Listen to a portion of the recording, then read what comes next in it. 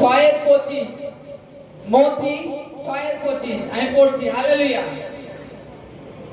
এই জন্য আমি তোমাদিগকে বলিতেছি, কি ভোজন করিব, কি পান করিব বলিয়া প্রাণের বিষয়, কিংবা কি পরিব বলিয়া শরীরের বিষয় ভাবিত হইও না।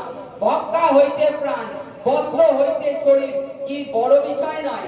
আকাশের পক্ষীদের প্রতি দৃষ্টিপাত করো, তাহারা বুনেও না, কাটেও না, গোলাঘর সঞ্চয় করেও না, তথাপি তোমাদের স্বর্গস্থ পিতা তাহাদিগকে আহার দিয়া থাকেন।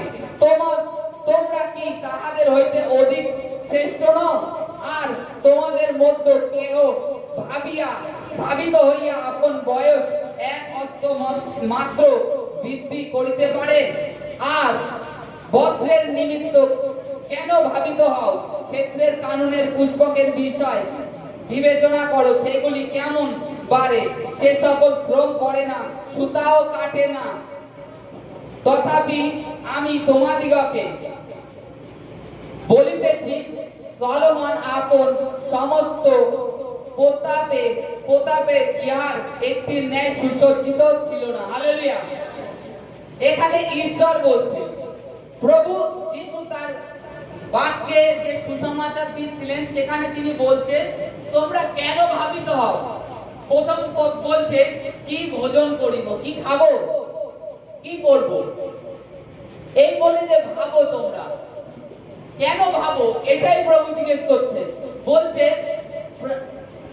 কি ভোজন করিব, কি পান করিব বলিয়া প্রাণের বিষয়, কিংবা কি করিব বলিয়া শরীরের বিষয় ভাবিত হইও না।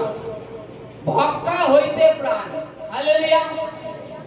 ভক্কা মানে খাদ্য থেকে কি আমাদের প্রাণ বড় নয়? আর বস্ত্র, জামা কাপড় থেকে কি শরীরটা বড় বিষয় নয়? তাহলে সেই বস্ত্রের জন্য কেন ভাবছো? সেই ভক্কার জন্য। ঈশ্বর যে সব থেকে বড় জিনিস, যে তোমার প্রাণটাকে বাঁচিয়ে রেখেছে, কেন তোমরা অধিক পরিশ্রম করতে যাও? তারপরে এখানে লাস্টের নিচে দেখবো যে আকাশের পক্ষীদেরকে দেখতে বলছে, তারা কাটেও না, বনেও না, গোলাঘর সঞ্চয়ও করে না। আর আমরা এখানে প্রভু যীশু খ্রিস্ট এই বাক্য বলেছেন কারণ কি? মানুষ যে ভাবিত হতে থাকে, পরে কি হবে, 10 বছর পরে আমি বয়স হলে আমি কি খাবো, কিছু ব্যাংক ব্যালেন্স গুছোতে পারলাম না। যে এখানে প্রভু যীশু খ্রিস্ট যারা চিন্তা করে তাদের জন্য এই বাক্য তুলে দিয়েছে যে আকাশের পাখিদেরকে দেখো, আকাশের পাখিরা দেখো, তারা বনে না, কাটে না, কিন্তু তোমাদের স্বর্গস্থ পিতা নিয়ত তাদের আহারটাকে জুগিয়ে যাচ্ছে। তা তোমরা কি পাখিদের থেকে অধিক মহান না?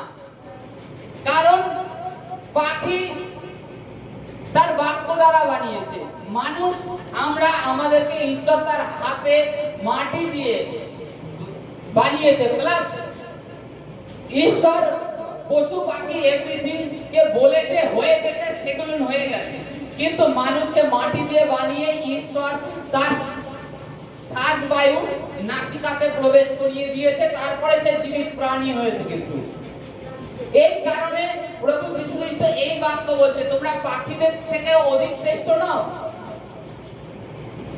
তারপরে আমরা ভেবে থাকি, আর তোমরা তোমাদের মধ্যে কে ভাবিত হইয়া আপন বয়স এক হস্ত মাত্র বৃদ্ধি করিতে পারে? হালেলুয়া।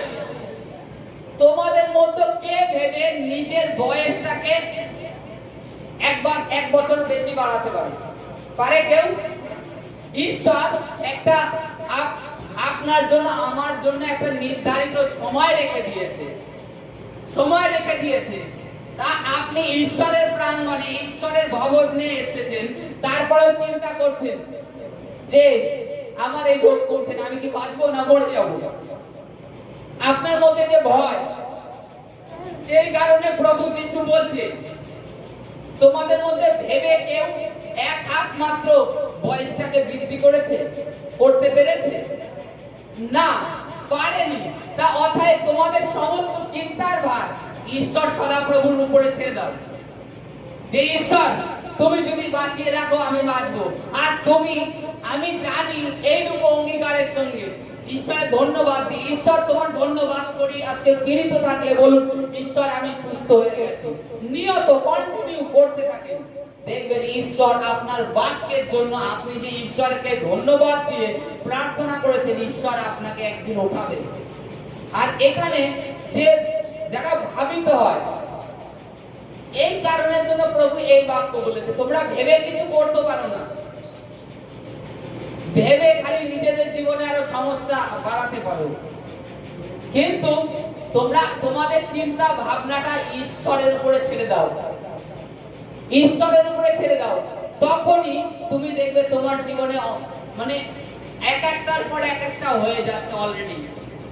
কারণ ঈশ্বর তোমাদেরকে তার নিজের পুত্রের দ্বারা আজকে ক্রয় করে নিয়েছে, কিনে নিয়েছে।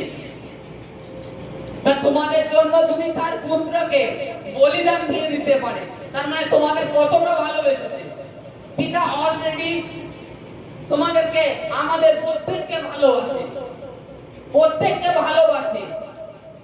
তার পুত্রকে ক্রুশে দিয়ে দিলেন আমাদের জন্য। তা পিতা কি আমার রোগ, আমার যে সমস্যা হয়েছে, এর থেকে কি ঈশ্বর আমাকে উঠাবেন না, বের করবেন না? ঈশ্বর বের করবেন। ঈশ্বর বের করবেন বলেই আমাকে এই জগৎ থেকে বেছে নিয়েছে। এবার কি সেই লেভেলে নিতে একটা টাইম আছে। আমার ছেলে এই আসতে গেলে মাঝে মধ্যে বলে, আমি একটু সাইকেল চালাবো, তোমার সাইকেল।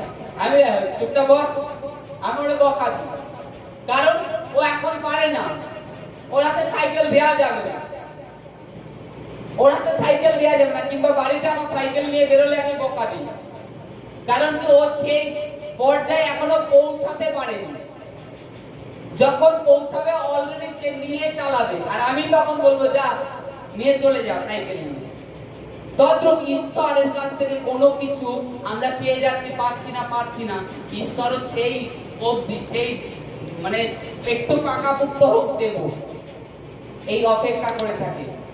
আর তুমি তোমার ভাবনা চিন্তা ঈশ্বরের উপরে ছেড়ে দাও, যে ভাবনাই হোক না কেন, যে প্রভু তুমি যদি বাঁচিয়ে রাখো, আমি বেঁচে থাকবো, তোমার মহিমা করব, তবে ঈশ্বর আপনাকে সেইখানে নিয়ে যাবে। আর দ্বিতীয়ত, প্রভু যিশুর তার বাক্যে লেখা আছে, কোন বিষয়ে ভাবিত হয়েও না, কালকের নিমিত্ত আপনি ভাবিত হবে।